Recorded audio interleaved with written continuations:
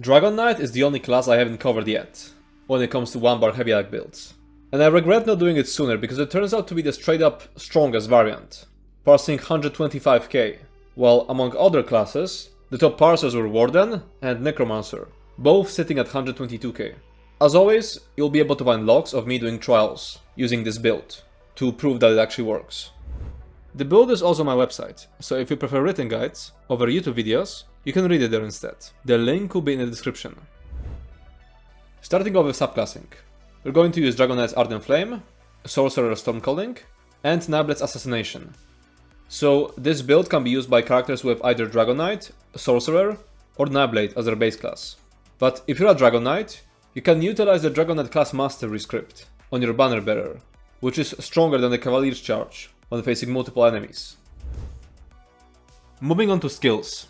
This is the base setup that will work for most situations and which should be your starting point when making situational setups. Ulfsted's Contingency, with the Flame, Lingering Torment and Force combination on it, is your source of the Empower buff, which increases damage done by heavy attacks by 70%. Since Ulfsted's Contingency is a Mage's Guild skill, it will trigger the Might of the Guild passive, which grants you Empower for 10 seconds. It also deals decent damage on AoE and grants you the Minor Force buff, increasing your critical damage by 10%. Ulfsted's Contingency is delayed until the next skill cast, but whenever it's needed, you can activate it early by bashing your enemy. If you cast this ability as you're finishing your heavy attack, the Empower you gain from it will start working just in time to boost the final tick of that heavy attack you just finished. Flames of Oblivion is an ability which deals a lot of damage per cast, passively grants you Major Salve during Prophecy, and grants you a Molten Whip stack. Merciless Resolve is an ability that will cause your light and heavy attacks to generate stacks. You can spend 5 stacks to fire a powerful arrow that also heals you if you're in melee range. It also grants you Major Salve during Prophecy. Engulfing Flames is an AoE dot which increases enemies' flame damage taken by 6% and grants you a Molten Whip stack. Banner Bearer with the Magic, Cavalier's Charge and Berserk combination on it increases your magical damage done by 6%, grants weapon damage based on your movement speed, and grants Minor Berserk.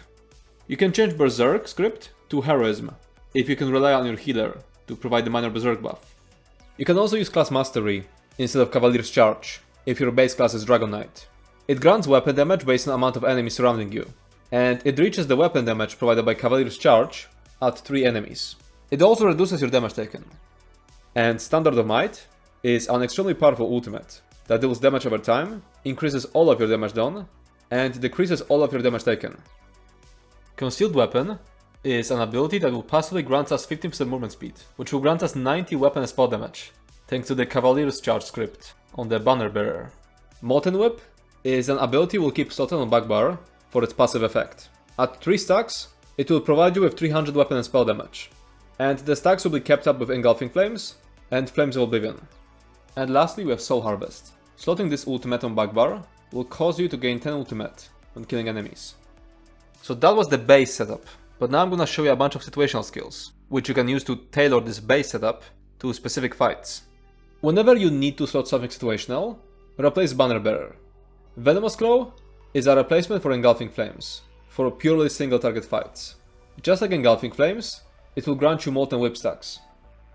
Elemental Blockade is your source of balance, if supports aren't providing it. It requires enemies to be concussed, so you'll have to use Shock Enchant to proc it, or rely on your teammates for that. Critical Surge is a very strong heal. Use it when you need a self-heal, because you're assigned to some duty which puts you far away from your group, or if your healers are bad. It also increases your weapon and spell damage through the Expert Mage passive. To give you some example, this is a setup you should use when your supports aren't providing the crucial off balance debuff. The only change is that Elemental Blockade replaces Banner Bearer, so that you can apply off balance yourself. And this is an example of a setup you can use for purely single target fights. The only change is that Venomous Claw replaces Engulfing Flames. Now as for rotation, I don't use a static rotation, so this is just a list of priorities. Simply recast abilities when they run out, and follow the list of priorities when there are multiple things to refresh. If you're tracking the off balance debuff, you should cancel your heavy attack when there's around 1 to 2 seconds left on the off balance immunity. This way, the next heavy attack you start will finish its channel during off balance, and you'll be able to fit 3 heavy attacks during a single off balance window. Well, the build works perfectly fine without it. Reaching 125k DPS requires you to maintain Molten Whip stacks. It means that sometimes you'll have to recast Flames of Oblivion early, so that your Molten Whip stacks don't expire. Whenever the timers on your Flames of Oblivion and Molten Whip are equal, the timer on Venomous Claw is higher than these two, and your Standard of Might isn't becoming ready in a few seconds, you have to recast Flames of Oblivion after there's 5 seconds left on it, which is when it shoots out the second to last projectile. This way, you're wasting the last projectile, which would shoot out at 0 seconds, but you're avoiding losing the 300 weapon and spell damage buff from Molten Whip. Now as for the rotation. Use Oath's Contingency if your Empower is out, or if it's going to run out by the end of the heavy attack you're channeling. Use Standard of Might whenever it's ready. Use Flames of Oblivion. Use Engulfing Flames, or Venomous Claw, depending on your setup. Use Merciless Resolve if you have at least 5 stacks. And use Oath's Contingency as a filler. Keep in mind that you can pre-buff Oath's Contingency and Flames of Oblivion before entering combat. Now as for passives. I am now very quickly going through all of the passives you should get on the screen. You can either pause the video or look up this list on the website guide. This is the base setup that will work for most situations and which should be your starting point when making situational setups. So Infallible Mage, Surgeon's Mail, Rakat's Voidmantle Mythic, and One Piece Slamcrow. When choosing different situational sets, you can only replace Infallible Mage. Surgeon's Mail and Rakat's Voidmantle are too strong and too crucial for this build to ever be replaced. If you want to use a medium armor set, you have to make sure your group is providing enough penetration. Infallible Mage parses 114.7k DPS, which is roughly 10k lower than the top setup, which uses Slivers of Null-Arca. But Slivers of Null-Arca is focused on single target damage, and it's a medium set, so when using it, you have to make sure your supports are providing you with enough penetration. And because of that, Infallible Mage is the most practical set. Now, this is a list of situational gear. Sul'Zan's Torment is the best set for trash packs, and for bosses that regularly spawn smaller adds. Slivers of Null-Arca is the best set for single target damage. Now, this is a list of alternative gear, so gear that is easier to obtain and can be used while you work towards the best gear. As for crafted gear, we have Order's Wrath and Towerkill Strike. As for dungeon gear, we have Noble Duelist, and as for gear coming from PvP, we have Deadly Strike. You can use the Flame enchant instead of Shock if your supports are providing of balance. Now let me show you a bunch of examples of final setups you could end up with. This is a setup made of just crafted gear, which uses Order's Wrath, Towerkill Strike, and 2-piece Assassin's Guile for the crit chance bonus. It parses 84.6k DPS, although a huge majority of this DPS loss stems from lack of Surgeon's Mail. Next, this is a setup you should use if you don't have access to any trial gear. Noble Duelist replaces Infallible Mage.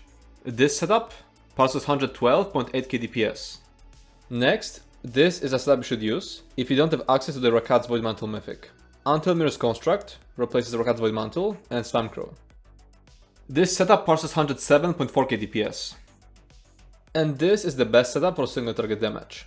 Slivers of Null-Arca replaces Infallible Mage. This setup parses 124.9k DPS. Keep in mind, you have to make sure your supports are providing enough penetration if you want to use this setup, because Slivers of Null-Arca is a medium armor set.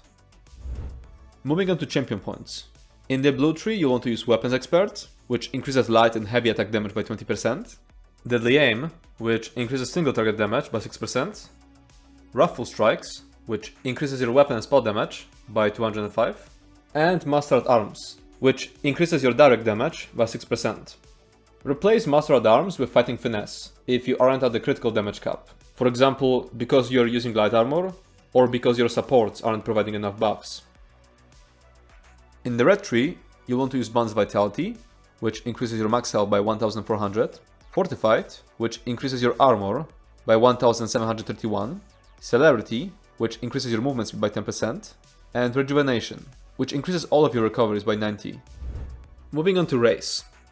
The difference between best and worst race is about 5% of DPS, and there is no content in the entire game that you'll be blocked from completing because of choosing a bad race. With that said, the best races for 12-man content are High Elf and Dark Elf. The best race for 4-man content is Khajiit. Other decent options are Orc and Breton. Moving on to Mundus. Most of the time, you should use the Thief Mundus, which increases your critical chance. The lover is an option if you're using medium armor and your group isn't providing enough penetration, but a light armor set combined with the thief Mundus is always going to be stronger. As for attributes, it's extremely simple. You should always put all 64 points into Magicka. Moving on to food. Most of the time, you should use the Artyom pickled fish bowl, which increases your max health and max Magicka. Solitude salmon millet soup is a cheaper alternative. For dummy parsing, you can use tomato garlic chutney, which gives you only max Magicka. Moving on to potions. Use the spell power potions. They'll provide major sorcery and major prophecy, which are crucial buffs. You can craft them by combining Lady's Smoke, Namira's Rot, and Cornflower. Moving on to Parse. As I said before, the highest DPS was achieved with the Null Arca setup, which parsed 124.9k DPS. The regular setup, which uses Infallible Mage, parsed 114.7k DPS. The No Trial Gear setup, which uses Noble Duelist, parsed 112.8k DPS. The setup with Adrakat, which uses Until Mirror's Construct instead, parsed 107.4k DPS. And the Crafted setup parsed 84.6k DPS. And you can find the recording of the Null Arca parse in the description and on the website guide. And that's it for this video. If you have any more questions, you can comment down below or join our Discord server Wildheart. As always, feedback will be appreciated. If you enjoyed this video, make sure to subscribe to my channel and check out my Twitch. Thanks for watching and see you next time.